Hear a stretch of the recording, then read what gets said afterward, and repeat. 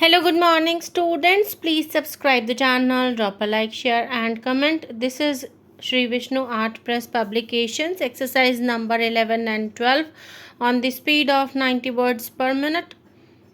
Start. Briefly stated, the facts are that the landlord respondent filed suit for recovery of arrears of rent and ejectment with the allegation that the petitioner was a tenant of the disputed accommodation on monthly rent of rupees 50. Besides, he was liable to pay rupees 20 per month as electricity charges and rupees 7.50 per month towards house and water tax as part of rent. The tenant failed to pay arrears of rent after September 1982. He gave a notice demanding arrears of rent and terminating the tenancy.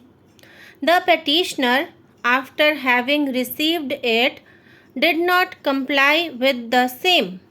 The petitioner contested the suit. It was alleged that the rate of rent was rupees 20 per month. He admitted his liability to pay electricity charges at the rate of rupees 20 per month as well as water tax and house tax. He denied that he had received any notice. The trial court recorded a finding that the petitioner had received the notice. The rate of rent was rupees 50 per month, and in addition to it, rupees 20 per month as electricity charges and rupees 7.50 per month towards house and water tax as part of the rent. This finding has been affirmed by the revisional court. The petitioner had also claimed the benefit of provision of section 24 of the Act.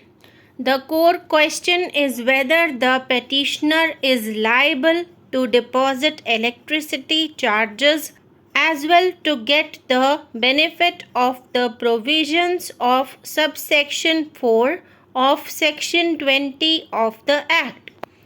There was no written agreement between the parties to show that rupees 20 per month was being charged towards electricity charges as part of the rent.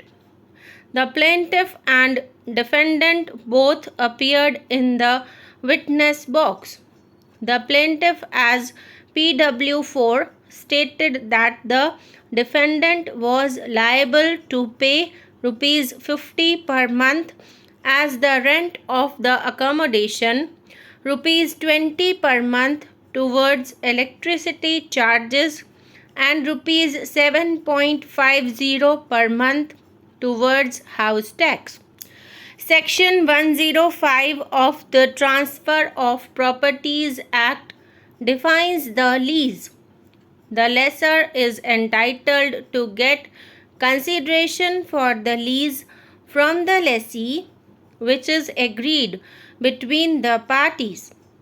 In case a lessor provides other amenities or furniture in addition to the accommodation which has been let out, unless the intention of the parties is that the amount fixed for providing such amenities be also treated as rent, the amount taken separately for furniture and other amenities may not form part of rent.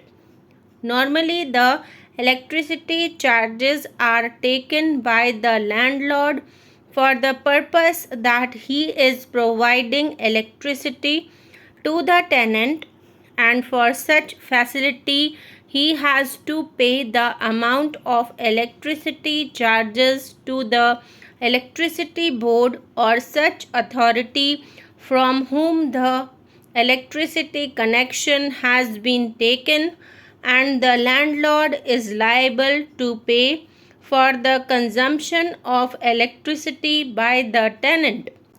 In absence of any specific agreement or proof in this respect, it cannot always be termed that the amount of electricity charges forms part of the rent.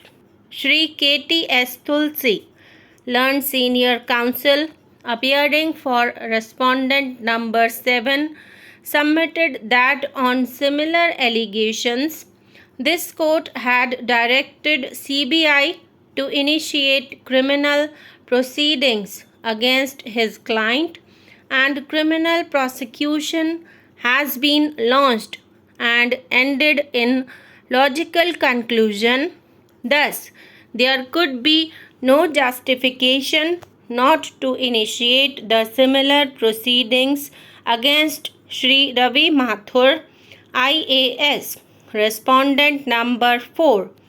Not initiating the proceedings on the similar or more grave charges would amount to treating the said respondent number 7 with hostile discrimination.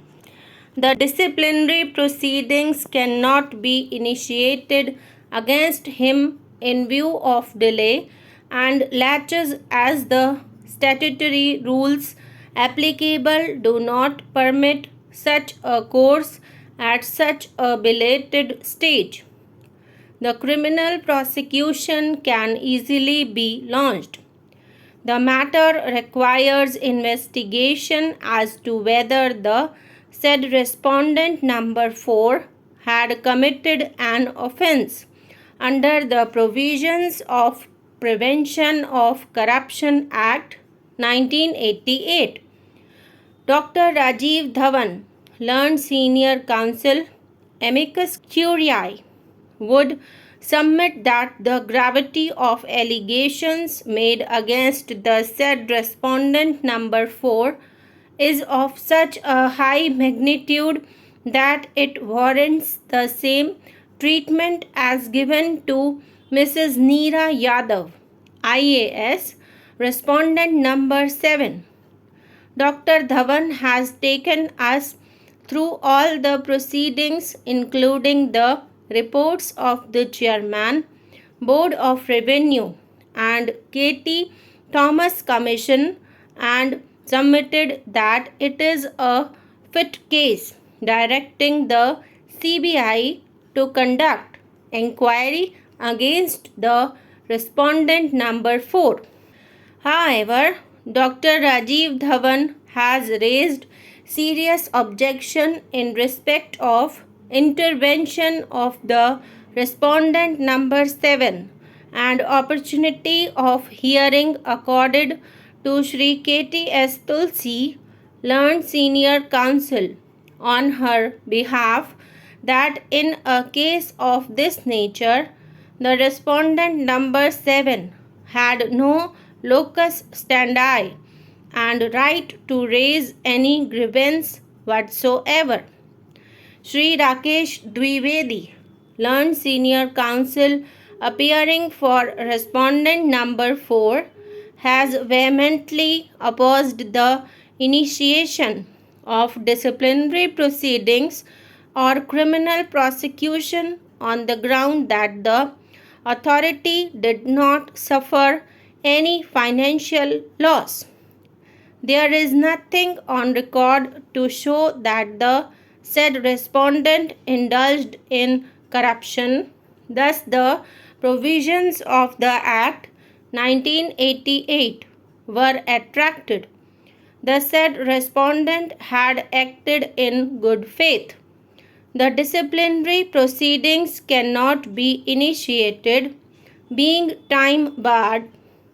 All the allegations had been made against the said respondent number 4 at the behest of respondent number 7, and the same suffer from malafide and bias.